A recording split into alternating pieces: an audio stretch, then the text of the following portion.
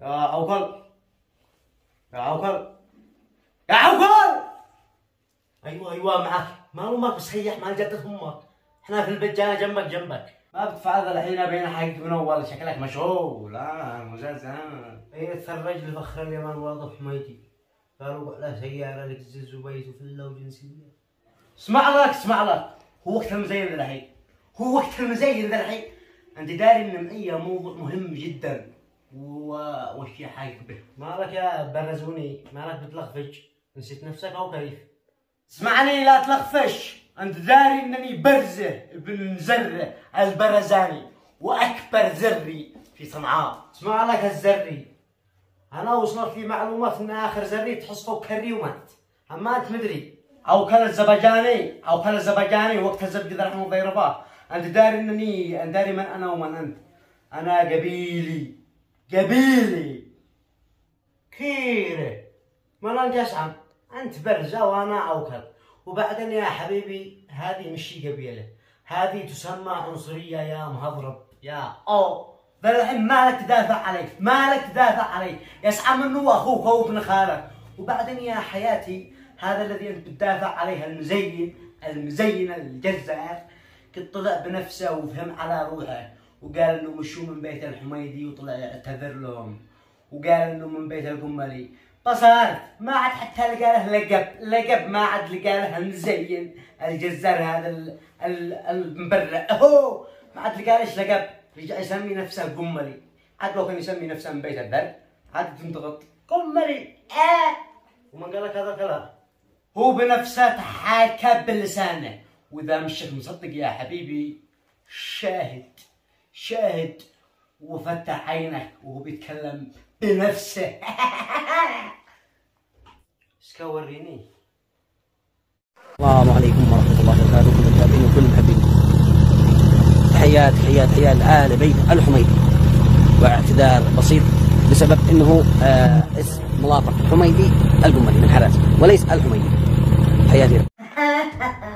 ايام عجبات. ليش تعتذر يا ملاطف؟ بس انت داري ان هذا الفيديو وشوفه والله ما هو فاضي، انما هو ثقة بنفسك لانك كبير يا ملاطف. حققت الذي ما يقدر يحققه 1000 يمني او مليون يمني او 25 مليون يمني.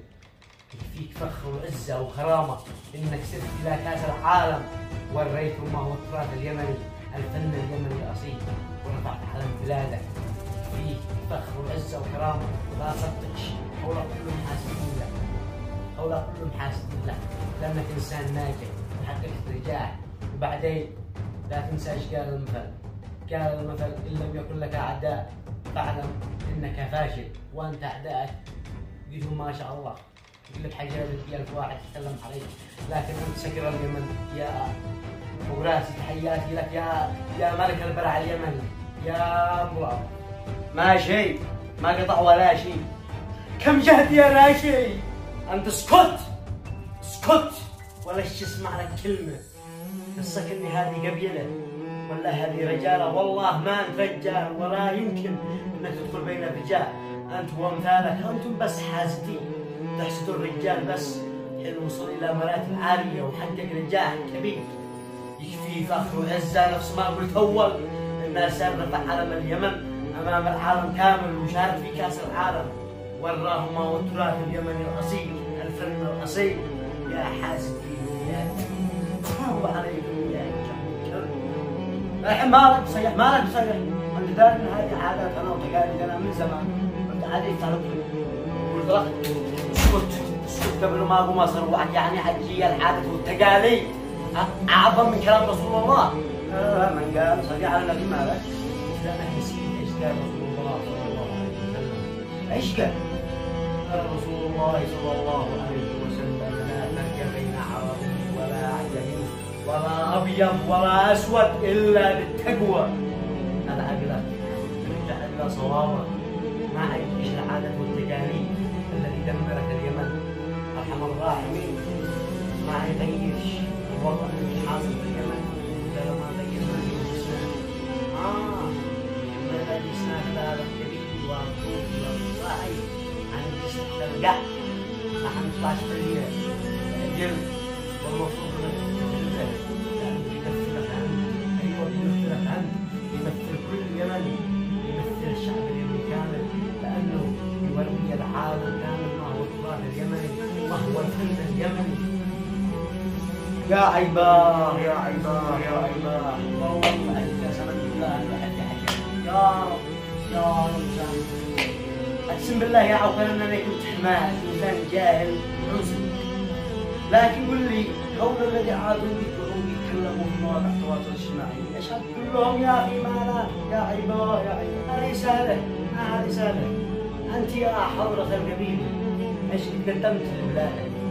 ايش فعلت من انجاز لبلادك؟ والله قدم فعل جهده وزياده، فعل الواجب وزياده. سار الى قطر سيشارك في كاس العالم، يوري العالم كله ما هو التراث اليمني، ما هو الفن اليمني الاصيل. قدم ورفع علم اليمن امام الجماهير. كاس العالم الكل يعرف ان العالم كله بالشاهد، وصار رفع علم بلاده، وراه ما هو التراث اليمني. يا ساتر، ورينا ايش قدمت، ايش قدمت لما تفتح الاطفال، ايش القبيله اللي بتتكلم عليها؟ ويني هذه القبيله؟ هؤلاء كلهم ملفشين. ايه والله صدق، بس انا عندي سؤال صغير مو صدق. قالوا طول الملاطف سيارة لكزز وفيلا $5000 وجنسية قطرية. من قال؟ هيا ما تشين اصرعك بالمبثرين ومطعف الراسة، وذات حاجة بداية الفيديو يا عوكل. صح يا اخي. هو باه فيديوهات في مواقع التواصل الاجتماعي تقول ان امير قطر ادى الملاطف سيارة وفيلا $5000 شهريا والجنسية القطرية. الخبر هذا هو صدق؟ والله ما لي علم، يعني انا ما نش عالم الغيب افتي من نفسي، لكن احنا نعرف الحقيقه لما يطلع ملاطف بنفسيه حاجه الصدق. طيب قول لي ملاطف يستحق هذا كله؟ شوف يمكن انت قلت لك من الضربه خيرك، لكن انا عاد احقق امنيتك شكل اليوم. قرب الصبح على خير قال لك السهل، لا السهل وماله. الحين وانت قلطك الله هذا سؤال تسال به، هذا سؤال تسأله. كيف تقول لي يستاهل؟ والله له بيدي انه يستاهل بدل الفله قصر وبدل السياره طياره، لكن الجنسيه الصدق مركنه، لانه ملاطف حميدي مع افضل جنسيه في العالم بكله، وهو داري بذلك، وما سافر الى قطر عشان يشارك في كاس العالم الا من حبه لبلاده. حبيب قلبي يا ملاطف. اي والله انك تستحق كل شيء لانك يا ملاطف ملك البرع الشعبي. تحياتي لك يا وحش اليمن. فالحين قل لي ما هو الموضوع المهم الذي كنت قلت لي عليه بداية الفيديو بالذات؟